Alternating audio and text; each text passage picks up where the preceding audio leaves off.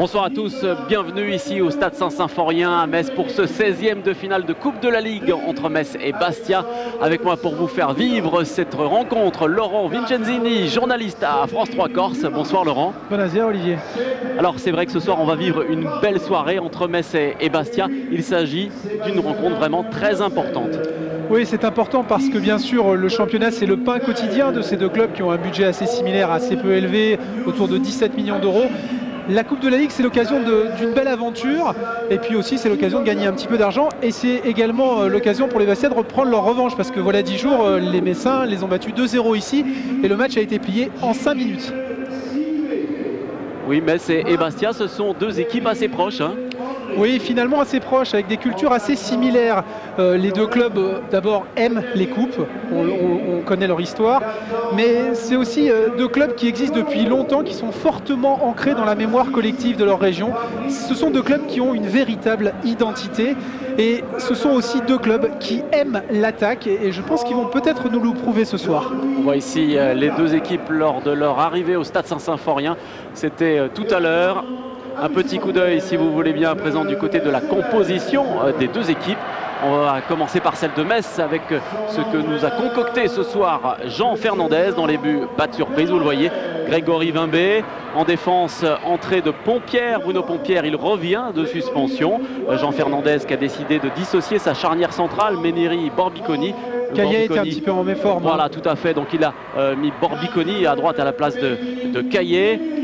C'est la défense qui affrontait Bastia il y a 10 jours. Deux milieux défensifs axiaux, Djiba Niquez qui remplace Leka, que Jean Fernandez a voulu faire un petit peu souffler ce soir. Leka originaire de Rennes, en Corse du Sud.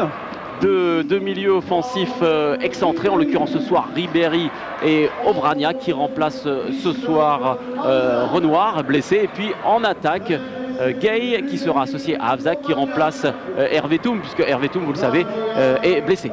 Oui, Avezac aux avant-postes, moi ça m'étonne un petit peu, c'est la composition que nous a donné Jean Fernandez, mais on attendra de voir sur le terrain si c'est véritablement ça.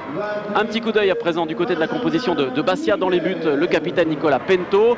En défense, Greg Vanet est suspendu, Anteriaia est blessé. Donc Uras fait son retour, il est remis de son entorse à la cheville. Dans l'équipe de départ, absence également de Né et Jo qui étaient là il y a 10 jours lorsque les deux équipes se sont remplacées. Né et Jo qui seront remplaçants ce soir. Et puis au milieu avec Piocel, Sidibé, Matangous, c'est trois récupérateurs qui sont associés. Devant, Hadji et André auront la charge d'animer les couloirs et Vérel seul en pointe mais soutenu par André et Hadji. Voilà, on va assister dans quelques instants à l'entrée des deux équipes sur le terrain. Ce sera un duel ce soir entre deux équipes de Ligue 1. Metz est actuellement 7e au classement de Ligue 1. Bastia 15e après 13 journées.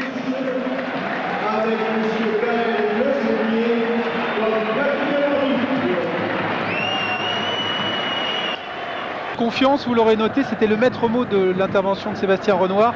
La confiance qui a quitté les Bastiais depuis le 11 septembre et leur dernière victoire en championnat. Pierre-Yves André revient ce soir en qualité de titulaire. C'est un élément clé. Avec lui, Bastia était très bien parti dans ce championnat. Depuis qu'il s'est blessé, Bastia est beaucoup plus mal. Dernier paramètre important, il fait froid ce soir à Metz, autour de 0 degré. C'est parti pour 90 minutes, voire plus en cas de prolongation. Matangou qui cherchait Hadji. Frappe du pied droit de Pierre-Yves André, c'est pas son meilleur pied. Attention, Méniri va peut-être frapper directement. Il a une très grosse frappe de loin, Mehdi Méniri. Il a déjà marqué des coups francs de ses distances. Mehdi Méniri, ça passera au-dessus, sans problème pour Nicolas Pento. Pierre-Yves André qui vraiment athlétiquement est un joueur très Bon quoi jouer là avec Tony Vérel. Tony Vérel en profondeur. Il attend peut-être un partenaire. Cédric Uras peut-être pour jouer sur le côté droit. Il va jouer au second poteau pour second poteau. Pierre-Yves André qui récupère. Pierre-Yves André. Attention. Ah, c'était bien vu de la part de Pierre-Yves André. Il a tenté d'envelopper pied droit seconde lucarne. Vous allez le voir, Pierre-Yves André. C'était bien joué, mais il était là aussi un petit peu en arrière au moment de sa frappe. Et le ballon s'est trop élevé. Franck Matangou. Avec Vérel, Sidibé, Hadji. Sidibé, il est très fort sur une touche droit, il lève la tête, Youssouf Hadji et Tony Vérel, mais un petit peu court. Attention à la frappe de Pierre-Yves André. Bonne reprise du gauche et ça passe juste à côté du but de Grégory Vimbay. Superbe frappe du gauche. Je me demande si Grégory Vimbay n'a pas touché cette On va frappe de regarder Pierre-Yves André. ça.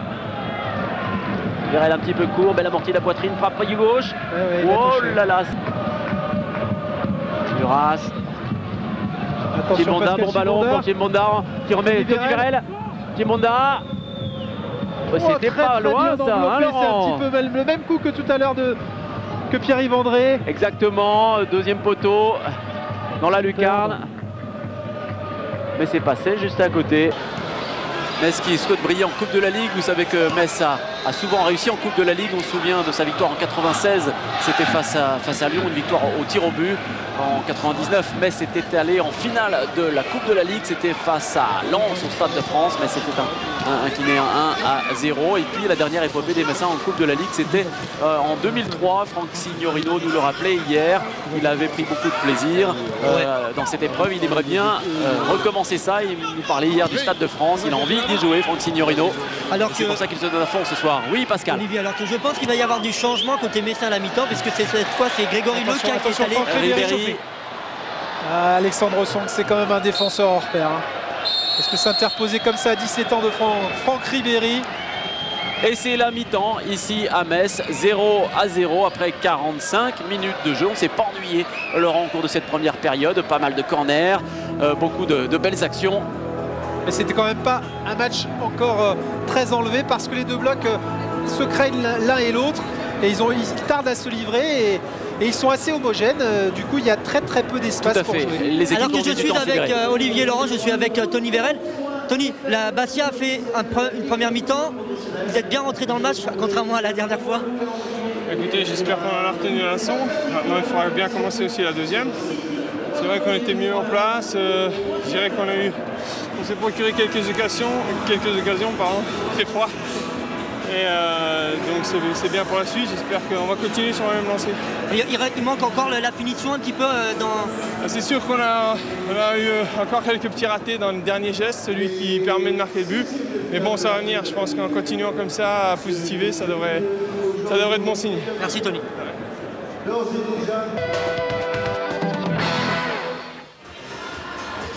Retour ici à Metz pour ce 16e de finale de Coupe de la Ligue entre Metz et Bastia. Le score pour l'instant est de 0-0 entre les deux équipes. Vous le voyez, les deux équipes rentrent à l'instant même sur le terrain et on va jouer la seconde période. Et Olivier, il y a un changement à Metz. Avezac est sorti et Socrier vient d'entrer.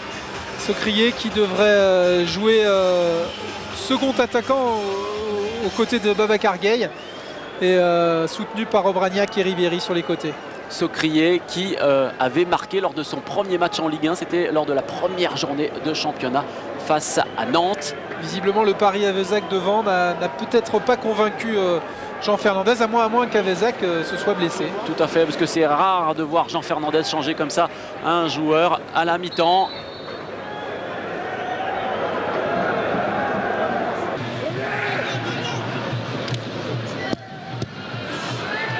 Le contre et le ballon qui revient vite. Qui va se faire prendre de vitesse par... Bien récupéré par Obraniak, bon dribble. En retrait pour Franck Signorino. Uras s'est bien replacé ensuite avec l'apport de Youssouf Hadji. Attention, Matamou qui met la tête et frappe de Ribéry. Oh là, Grégory Vimbay qui frappe de Niquez, me semble-t-il. Qui se couche bien, effectivement, vous avez raison.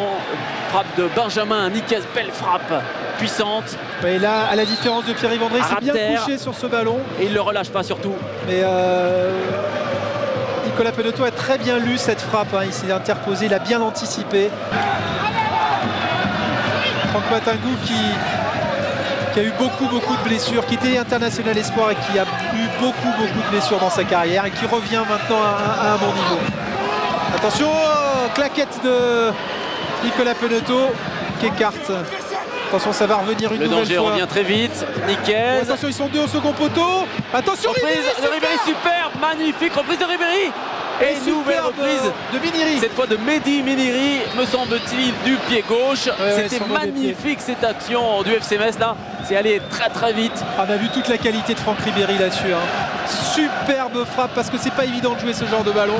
Regardez, Et du pied gauche, Mehdi Méniri, ça passe pas loin pour les Grenats. Borbiconi était tout près de couper ce ballon au second poteau également. Hein. Que Bastia a eu chaud sur cette action. Ouais, c'est la plus belle action du match, sans conteste. Regardez l'équilibre de Franck Ribéry sur cette reprise. Qui va relancer, jouer long bien sur vu sur Tony Vérel qui n'est pas hors jeu, qui va rentrer dans la surface de réparation. Il attend peut-être un petit seul. Tony Vérel, il a tenté partenaire. Ouais, superbement bien joué en de retrait, Tony super, Vérel. magnifique. Oh là là, c'est presque l'ouverture du score pour les Bastiais. C'est Djibril Sidibé qui loupe pied Olivier gauche. Laurent. Alors que je suis à côté de Pierre-Yves André justement. Alors Pierre-Yves, une reprise qui est quand même bien. Ça, on vous a senti physiquement bas au point. Oui, jusqu'à maintenant. Parce que je suis sorti après, comment dire, après pratiquement 4 semaines, voire 5 semaines d'absence. C'est vrai que j'avais à cœur de retrouver la compétition. Bon, j'ai la chance de débuter.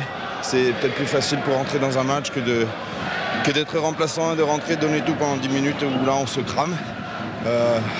Non, je suis content parce que mes partenaires et notre équipe fait, je trouve, un très bon match. On est très bien rentré dans la rencontre. On produit beaucoup de jeux, on essaye de produire beaucoup de jeux. Là, malheureusement, on recule un tout petit peu et on laisse Ribéry faire un petit peu ce qu'il veut. C'est dommage. Je crois qu'il faut qu'on gagne encore 10 mètres et qu'on sera en sécurité avec quelques occasions, quelques situations chaudes. Et j'espère que ça va rentrer avant la fin. On a l'impression justement que ce match va se jouer sur un détail et peut-être un exploit personnel. Oui, c'est vrai que là, ce soir, ça va être attention un Pascal, détail. parce que là, il y a une très belle action pour les Bastiais avec Youssouf quelques Hadji. occasions, on n'a pas réussi à concrétiser. Et voilà, ces petits détails qui font toute la différence et de la mettre au fond, tout simplement. Merci. Il y a une grosse action à une sur cette rencontre, mais c'est vrai que l'action de Djibril Sidibé au 6 mètres seul, c'était vraiment un très grosse occasion, très grosse situation, et Tony Vérel avait superbement, on l'a revu au ralenti, joué le coup en attendant les partenaires et en jouant en retrait. On revient avec Obraniak. Obraniak, un ballon un petit peu fuyant. Oui, c'était pas très bien joué là de la part de Ludovic Obraniak. De côté droit, Tony Vérel qui tente le centre et ça passe juste derrière le joueur Bastiais, en l'occurrence Sidibé.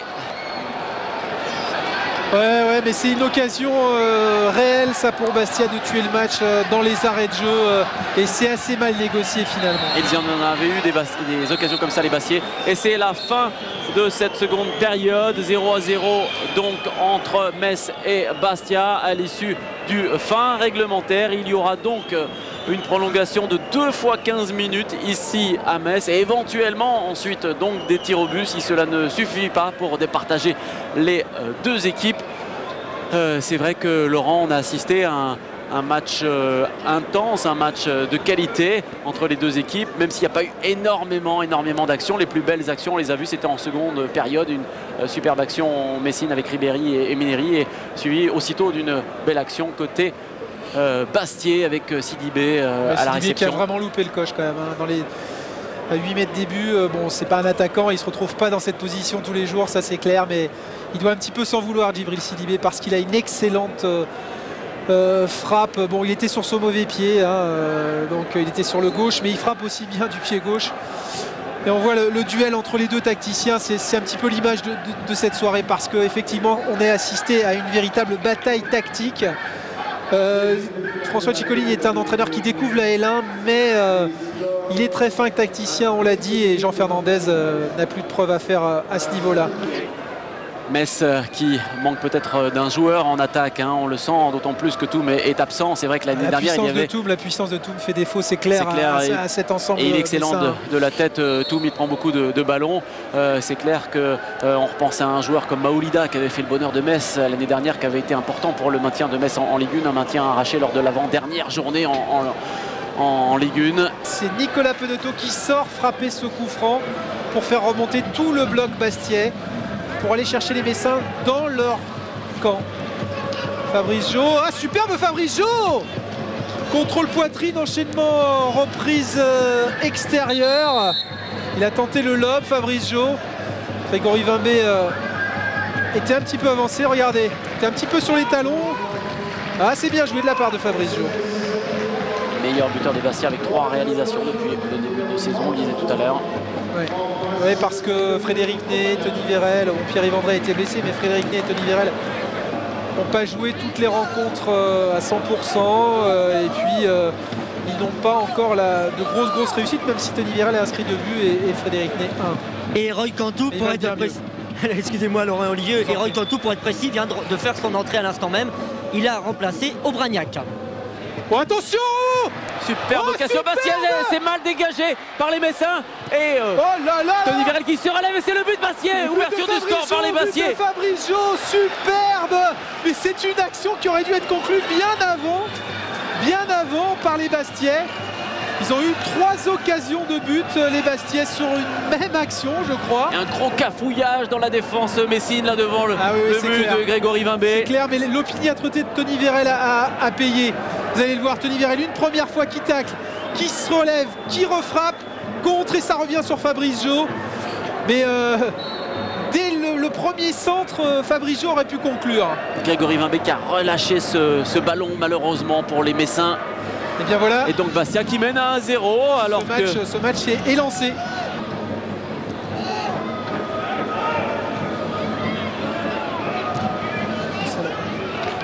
Hadji qui se retourne et qui tire.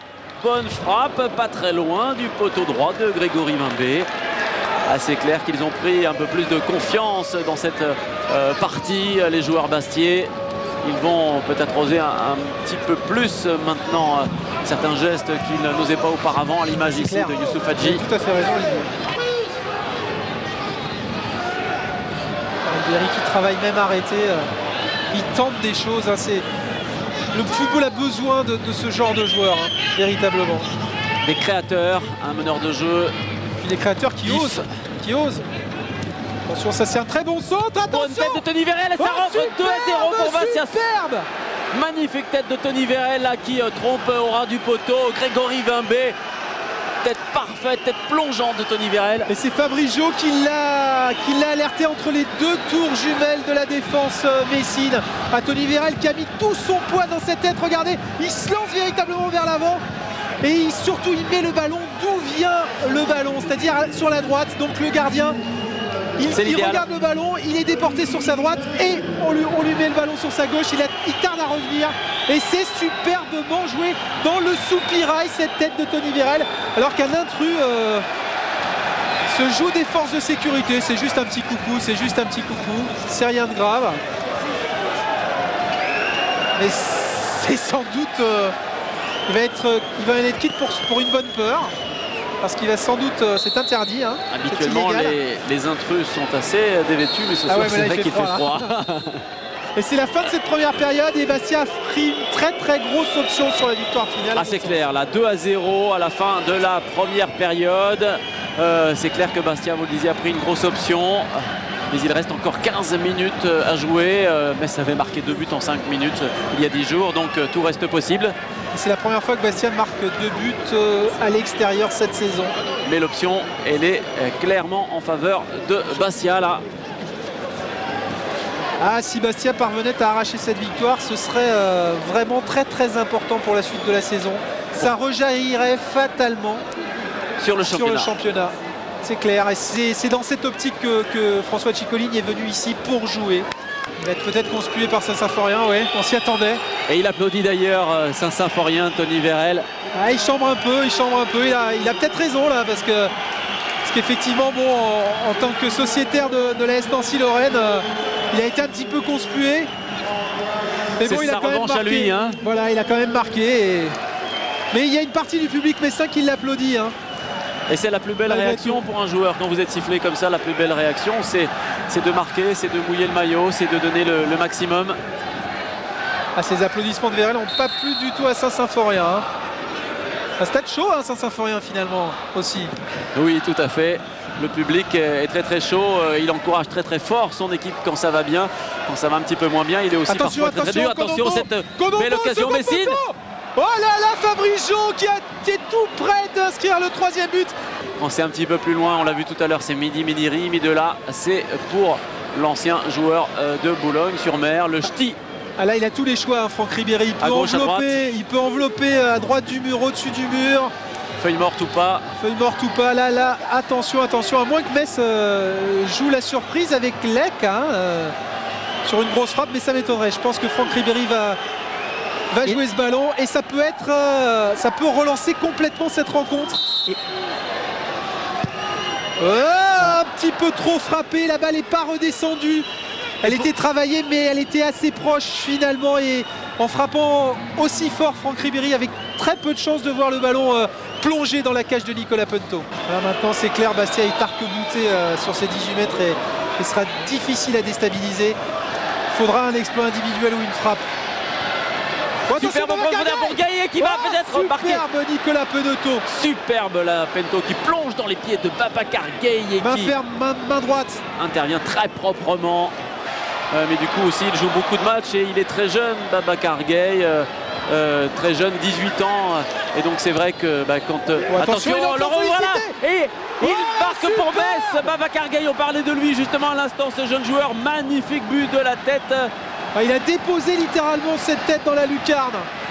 Et rien n'est fait dans ce match. Et oui, Laurent, on en parlait tout à l'heure. C'est vrai qu'il reste peut-être plus beaucoup de temps à jouer. Bastia a eu une superbe occasion, notamment une balle de 3-0. Ils ne l'ont pas marqué. Metz marque et maintenant tout revient possible pour Metz. Tout revient possible pour les Messins. Tout redevient possible, c'est clair. On vous le disait, en football, ça peut aller très très vite. La preuve. Tête décroisée. Les Bastiais qui vont peut-être à leur tour commencer à douter en se disant mince, on menait 2-0, ça semblait dans la poche. Maintenant les Messins sont revenus avec cette superbe tête de Babacar Gaillet. C'est clair que les Bastiais doivent se poser des questions parce qu'ils ont été rejoints plusieurs fois cette saison. Et ils doivent se poser des questions et Metz peut très bien en profiter. C'est clair que Bastia va essayer de jouer dans le camp messin maintenant. Oh là, superbe Konombo! Konombo qui fait la décision! En retrait, oh là là! Petit filet! Enoch Konombo qui fait valoir ses qualités techniques. Un joueur intéressant que ce Enoch Konombo. Olivier Laurent, alors que je suis avec Ludovic. Ludovic, est-ce que ce but vous donne encore de l'espoir? Oui, bien sûr qu'il nous donne de l'espoir. Je pense qu'un match n'est jamais fini jusqu'au coup de sifflet final. Et il reste...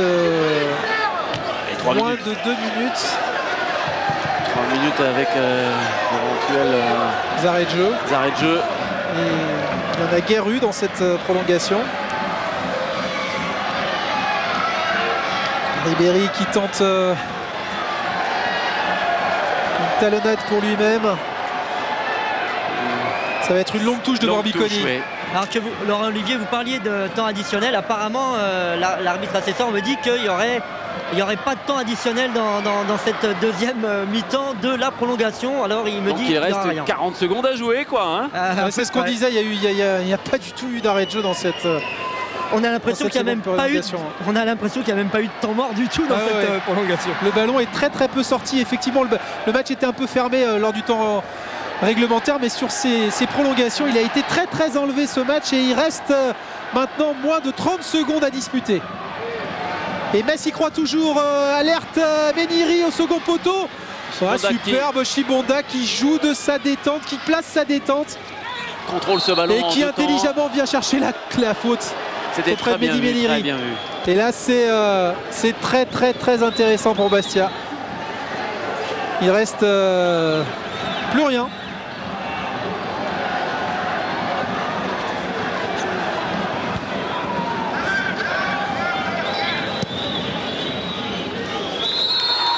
Et voilà, c'est fini ici à Metz avec la qualification de Bastia pour les 8e de finale de la Coupe de la Ligue. Metz est éliminé de cette compétition. Metz donc n'ira pas en 8e de finale, malheureusement pour les Messins. Sont ravis. Regardez le groupe Bastia qui est très heureux de cette victoire. On connaît ses déboires en championnat, mais là c'est une victoire très très très très intéressante. Vous voyez Tony Vérel qui vient se congratuler avec ses partenaires, qui embrassent tout le monde. Leka qui saute sur Peneto. C'est la fratrie des gardiens là. Il a senti que son ami Nicolas Punto avait peut-être été décisif sur l'action de Babacar Gaye. Olivier Laurent, alors que je suis avec Fabrice Jo, votre entrée a été décisive ce soir et ça fait du bien à Bastia de retrouver la victoire. Ouais, je pense que sur l'ensemble du match, on mérite. On s'est battu, on a retrouvé des qualités de cœur et ouais, c'est dommage ce dernier but. Ça nous met la pression jusqu'au bout, mais bon, c'est bien, il y a la qualification, c'est bien pour le moral parce qu'on en avait besoin et j'espère que samedi on va reproduire un bon match. Il nous faut 3 points aussi samedi. La priorité au championnat, mais ce match de Coupe de la Ligue, on parle toujours de match référence, c'est peut-être là le match référence qu'on attendait à Bastia? Ouais, je pense qu'on avait besoin d'un résultat, ça fait 2 mois qu'on n'est pas très bien et j'espère que pour la confiance, ça ira pour le championnat.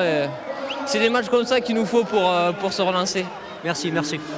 Et c'est une mauvaise opération pour Metz qui non seulement n'est pas qualifié, mais qui en plus a laissé de l'énergie au cours de deux prolongations. Et c'est clair que l'énergie laissée quand on perd est beaucoup plus importante que celle qu'on a éventuellement brûlée lorsque l'on gagne.